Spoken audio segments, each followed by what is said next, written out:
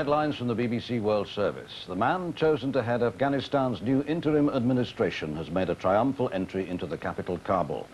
As his convoy moved into the city, hundreds of his supporters joyfully fired into the air. But later heavy fighting was again reported. After 14 years of civil war, an interim guerrilla administration has formally assumed power in Afghanistan. The new president, Sibgatullah Mojaddedi, called on opponents from the Hezbi Islami rebel group to lay down their arms and help to establish national unity. But within hours, heavy fighting had again broken out between rival Mujahideen groups in the capital, Kabul. The convoy carrying the transitional government took a day and a half to get to Kabul from Pakistan. It will take much longer than that for it to bring any stability to Afghanistan, if it ever does. They finally arrived in mid-morning Kabul time in the Afghan capital, and it was quite a triumphant entry with more than 100 vehicles making up the convoy all the way from Pakistan to Afghanistan. And they were greeted with loud cheers by the people of Kabul. Quite a spontaneous welcome it was, and people are very hopeful that this interim council will be able to restore peace, which of course is not fully restored yet. I was going to, Ashish, just on that point, how is the fighting in the capital? Has it stopped? Are there still simmering clashes around the capital, Kabul? The fighting hasn't stopped, but it has subsided, and subsided to a large extent. There was still a bit of fighting in the morning, but as the day has progressed and as the celebrations have spread through the city to mark the arrival of the interim council, the clashes have gone down, and there's hope among the people that they may die down altogether. But for the moment, it's still a bit tense, and the two rival factions which are confronting each other are still somewhat hostile towards each other. But there is hope in the sense that talks are taking place to resolve the disputes, and we shall have to wait and see how it goes. Yesterday, most of the shops in Kabul were closed. Is the city getting back to a normal lifestyle? Yes, it's slowly limping back to normal. Shops have opened in late afternoon today, and we find more people on the streets of Kabul, more women and children coming out of their homes, and so there is a slight sign of normalcy, such as it is in the Afghan capital, returning to the city. And finally, we asked you this before, but again, there has been no decision yet what to do with the president who is in hiding, Najibullah. I think the United Nations are trying very hard to negotiate a safe passage for the former President Dr. Najibullah, and there has been speculation that he could join his family, who are supposed to be in the Indian capital, New Delhi. But there's no guarantee of this yet. The more militant elements among the Mujahideen want to put him on trial, and this is a tricky problem which UN officials will have to resolve in the days that are coming up ahead. All right, thank you. That is CNN's Ashish Rai reporting to us from the capital of Afghanistan, Kabul. It'll be some time, though, before President Mojaddedi or his successors will be able to deal with the refugees or any of the other crippling problems they face. He was driven in triumph through Kabul this afternoon to a ceremony handing over power. It was likely to be the last touch of formality for a while in this chaotic city. President Mojaddedi has to reconcile leaders who have always been irreconcilable, who have scores to settle, who until now have wanted power at each other's expense. Within hours, a group of those most in need of such an amnesty appeared nearby. Members of Najibullah's cabinet had arrived for a formal handover of power. A locked gate compounded their embarrassment. What are you doing now? Now we are going to proceed the procedure of the handover of power to His Excellency the President.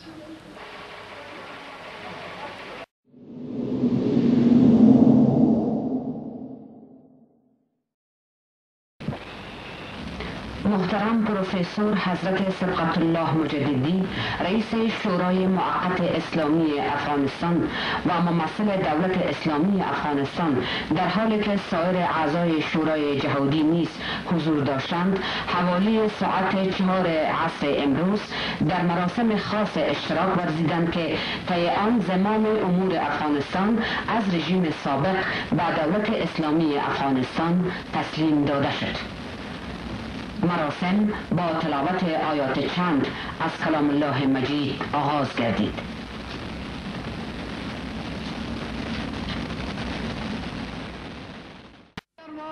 در پرتو اخوت اسلامی متحدانه مملکت عزیز خود را آباد بگرداند.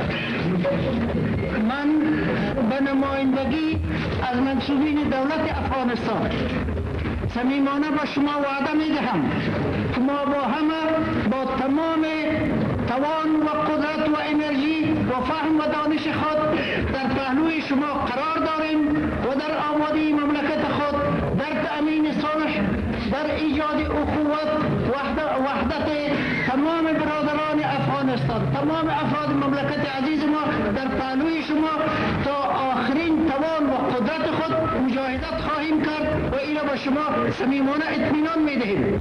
بار دیگر از بارگاه خداوند متعال التجا داریم که مملکت عزیز ما را در فضای صلح و امنیت دائمی به مدارج بسیار بلند ترقی و تعالی و تمام افراد افغانستان را در وحدت و یگانگی، در برادری و برابری یار و مددگار باشد. آمین یا رب العالمین.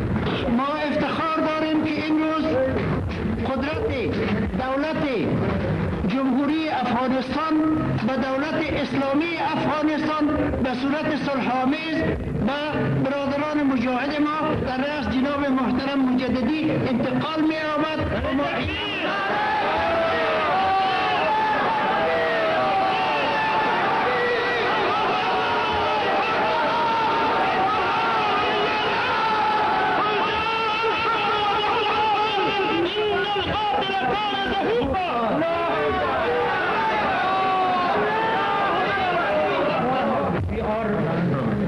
بسم الله الرحمن الرحیم.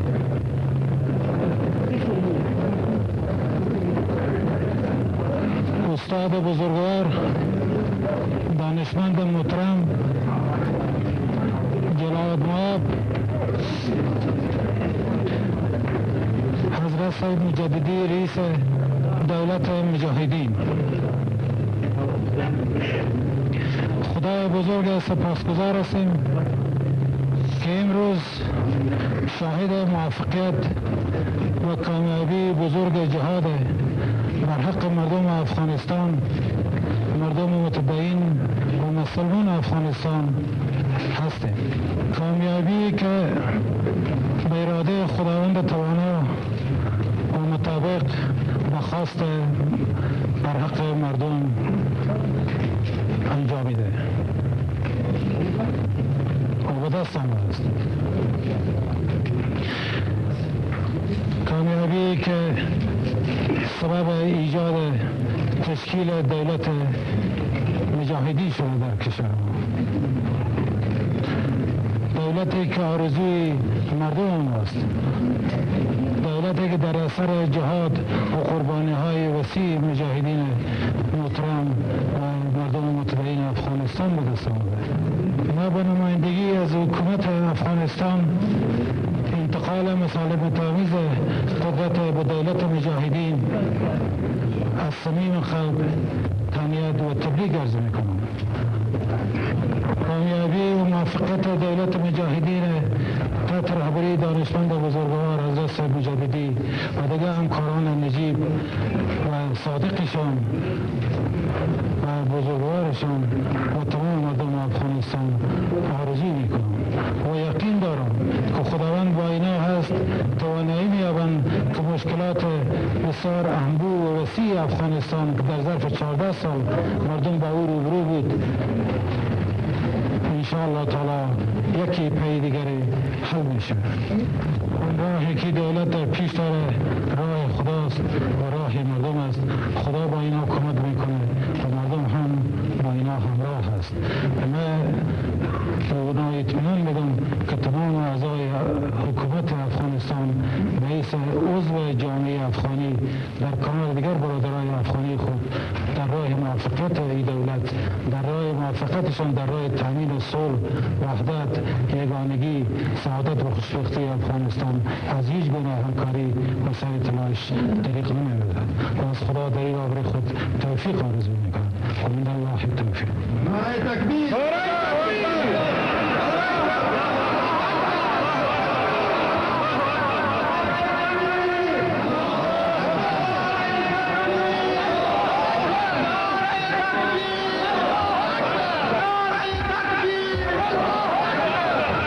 بسم الله الرحمن الرحیم. حضور استاد بزرگوار، دانشمند محترم حضرت مجددی رئیس دولت اسلامی افغانستان، و نوبه خود از طرف خود و از طرف همه وکلای اولوسی جرگه ابتدا تشریف آوری شما را، تشریف آوری و خیر و عافیت شما را به کشور شما افغانستان از صمیم قلب و شما و هم همراهان محترم و مجاهد شما تبریک عرض میکنم.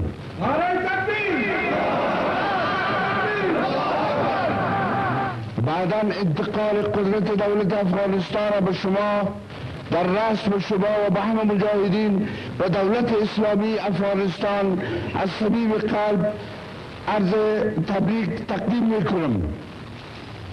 به شما وعده میدیم که تا آخرین رمق، تا آخرین قطره خونی که در جان ما هست با شما در راه برآورده شدن آمان مقدس شما به خاطر اطلاع ملت ستم دیده و رنج دیده افغانستان که در طی 13 سال جنگ همه هستی و دارایی و همه چیز خود از دست دادن، یک جا هستیم.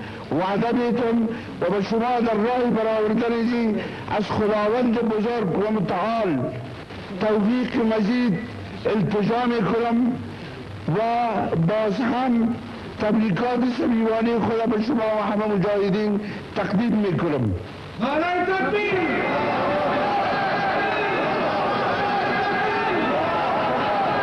به شما صحت و سلامتی و به همه دوستان مجاهد ما که در این راه از هیچ گونه مجاهدت دریغ نکردن، از خداوند بزرگ صحت و سلامتی، موفقیت و کامکاری آرزو میکنم.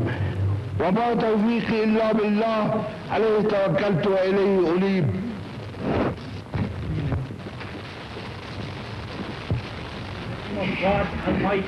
بسم الله الرحمن الرحیم. محترم فضیلت مآب و استاد حضرت مجددی، زه به خپلوار او په نمایندګي د مشرانو د جرګې چې اوس سنا هم بلل کېږي و تاسو ته د زړه له کومې خیر مقدم ووایم. حضرت مجددی رئیس دولت اسلامی افغانستان، به نمایندگی از قوه قضایی افغانستان خداوند بزرگ را سپاسگزارم که امروز بعد از 14 سال قتل، کشتار و خونریزی و انواع بی‌عدالتی ها با تشریف آوری شما و برادران مجاهد در کابل قلب افغانستان فضای صلح استشمام میشه و صلح حادث میشه. خداوند شما را و همه برادرای مجاهد توفیق عنایت فرماید که بر زخمهای مردم ستم دیده افغانستان مرهم بگذاریم و یقین دارم که انشاءالله تعالی خداوند همیشه با شما بوده و با شما خواهد بود. و بالله توفیق.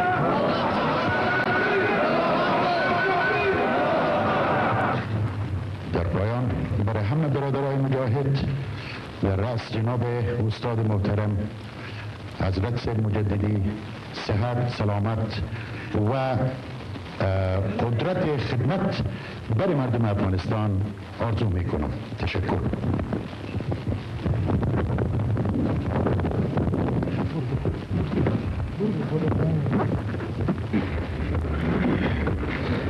بسم الله الرحمن الرحيم.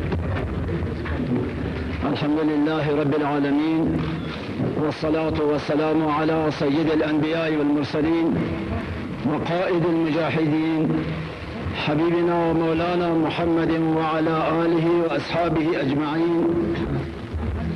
أما بعد، حضار محترم، خیلی مسئلت دارم که بعد از مدت 14 سال یک بار دیگر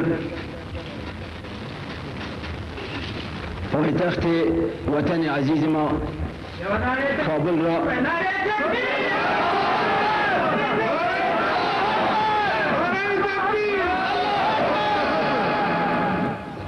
یک بار دیگر پایتخت کشور عزیز ما افغانستان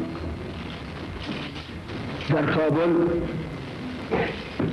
با برادران گرامی مجاهد خود برای استسلام حکومت سابقه و انشاء یک حکومت اسلامی واقعی موفق می‌گردد. یقیناً باعث شادمانی ماست که وطن عزیز خود را بار دیگر از نزدیک مشاهده میکنیم و به مادر وطن میپیوندیم. یک طفل، یک فرزند مخلص و محب مادر مدت طولانی از مادر مهربان خود دور بوده. بعد از چندین سال به آغوش مادر مهربان می آید. چی احساس و چی جذبات به او مواجه خواهد شد. از یک طرف که ما بسیار خوشوقت و مسئول هستیم که باز به وطن خود برگردیدیم و امروز حکومت اسلامی واقعی را انشاءالله به توفیق زید متعال جل شانه در این وطن باستانی قائم خواهیم نمود.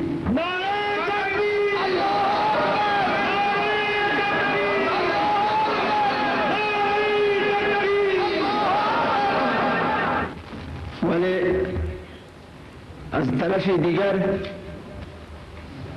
خرابی ها، بربادی ها، یتیمان و بیوگان، معلولین و زخمیان وطن را که مشاهده میکنیم جای تأثیر ما و بلکه با جگرهای پرخون و دلهای پرحسرت و غم و ماتم با برادران و همشیرگان برمیخوریم.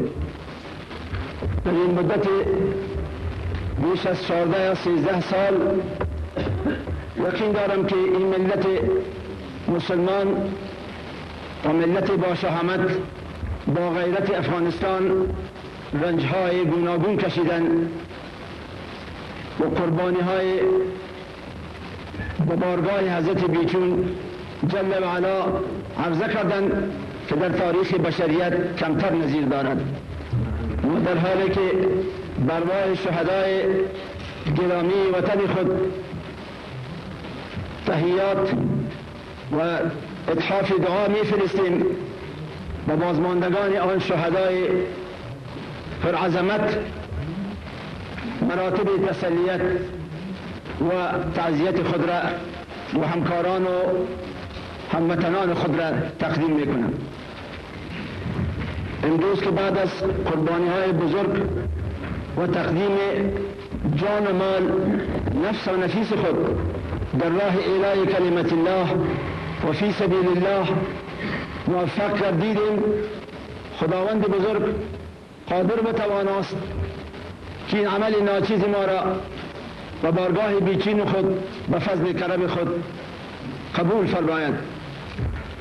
نه تنها قربانی های بیچون و چرای مردم با شهامت افغانستان سبب آزادی این ملت مسلمان میگردد، بلکه در عالم دنیا و آزاد تحول بزرگ را به میان میارد که در صدها سال هم ممکن نبود که به وجود بیاید. ما که دست به سلاح زدیم و در این عرصه 13-14 سال به قربانی و ایثار و فداکاری و جهاد اقدام نمودیم، این کاری نبود که ما خواسته بودیم این را، بلکه بر ما و همگان از ملت مسلمان افغانستان ما این جنگ و این خونریزی اجباری بود و جنگ بر ما تحمیل گردیده بود که به همه معلوم است. بله جنگ تلخ است و حاضر شدن به قربانی خیلی دشوار است، ولی برای رسیدن به هدف پاک و مقدس هر چیز قیمتی و گرانبهایی را که انسان تقدیم می کند ارزش دارد و امروز الحمدلله به آن هدف پاک خود و مقدس خود نائل گردیدیم.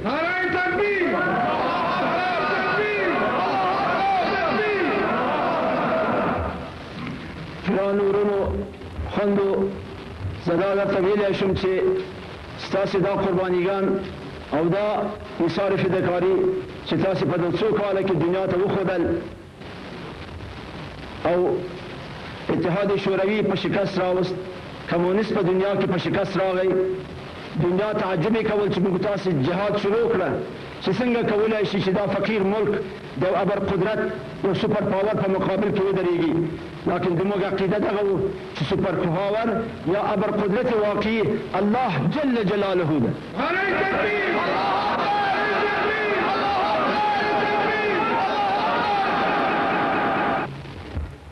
موږ دغه ارزو لرل چې په دې ورځ چې قدرت له پخواني حکومت اداره نه تسلیمیدو په دغه وخت کې باید د موږ خوشحالتیا سلچنده وای.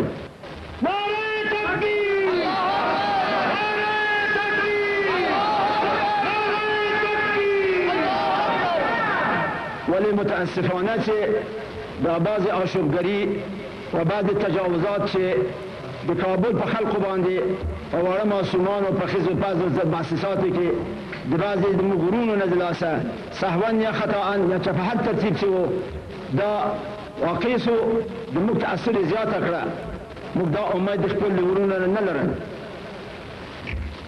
موږ د خپل ورونو نه ټول هغو کسانو نه چې په دغه تجاوزات لاس پورې کړي دي د هغو نه خواهش کوو چې زر تر زره خپل ورونو سره ملګرتیا وکړي، د خپل ورونو د مصیبتو او تکالیفو چې ورته متوجه سوی ده د خدای د طرفه او په دې څو کاله کې رنج و زحمت ایستلی دي، د هغو زحمت و رنج د هغو نه لرې کړي، نه چې نور زحمت و تکلیف ورباندې راوړي.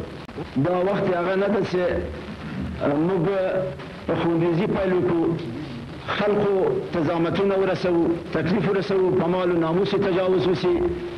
اسلام هیڅکله دا اجازه نه ده ورکړې، خصوص په دې اوانو کې چې موږ وخت دا ده چې موږ خپل منځ کې صلح راولو، امن و امان راولو، که د موږ د لاسه وشي، بلکې د ټول خویندې نه، ټول ورونو نه، ټول مسلمان ولس د افغانستان نه درخواست کوو، خواهش کوو چې څومره چې مو د لاسه کېږي د خپل د یتیمانو اوښکې پاکې کړي، د خپل د زخمیانو د زړونو زخمیانو باندې مرهم کېږدئ، تاسو د کندې پوښتنه وکړئ، خپل بېوزلو مسکینانو ته کومک وکړئ، خپل منځ کې اتحاد راولئ، دا تفریقي نژادي قومي منطقوي زباني دا لرې کړئ چې نه په اسلام کې شته، نه د تاسو دنیا او آخرت ته ګټې در رسي. د افغانستان په تاریخ کې دنیا ته ښکاره سوی دی چې پشتون و فارسی و تاجک و ازبک، ترکمن و غلجی و درانی، شیعه و سنی، ټول مختلف اقوام د افغانستان په ډېر ورورګروي، په ډېر مینه و محبت ژوند کړي دي. په قرنو دوی منځ کې داسې اختلافات نه دي پېښ شوي چې هغه سبب د تعصب وګرځي. تاسو الحمدلله مسلمانان یاستئ او د اسلام نه واقف یاستئ چې خدای جل شانه موږ ته دا تعلیم را کړی ده نبی علیه السلام ارشادات کړي دي چې موږ باید ټول خلکو ته په یو نظر وګورو او بهترین اشخاص د خدای په نظر بهترین شخصیتونه هغه کسان دي چې متقی‌ترین اشخاص دي. ان اکرمکم عند الله اتقاکم.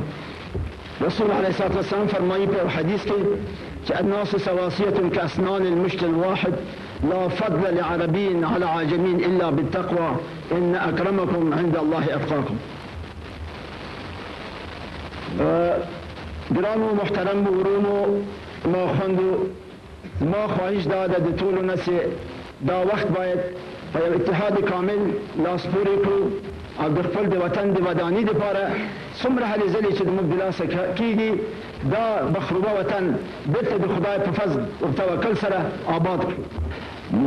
زه ډېر تشکر کوم له هغه کسانو نه چې په دې څو ورځو کې چې هلته ډېر تجاوزات په دې کابل ښار کې پېښ شو او هغه ملګري هغه ورونو هغه کسانو چې په پخواني دستګاه کې د حکومت کار کول او اوس هم موږ سره بعضې د هغو ناست دي دلته د امنیت د راوستلو دپاره هلې ځلې کړي دي کوششونه کړي دي او شپه ورځ خواري ایستلي دي د هغو نه د زړه د کومې تشکر کوم او د هغه ورونو چې په دغه آشوبگری و بتوایم یا تجاوزات و لاسپوری کردی دو و نبیا جدا خواهش کن او دا ورطان که زر ترزره اخفل سلاح کی دی او دخفل اصلی جایی نتا چراغلی و اغا جای تبرت استون شی او که دا وکی البته سی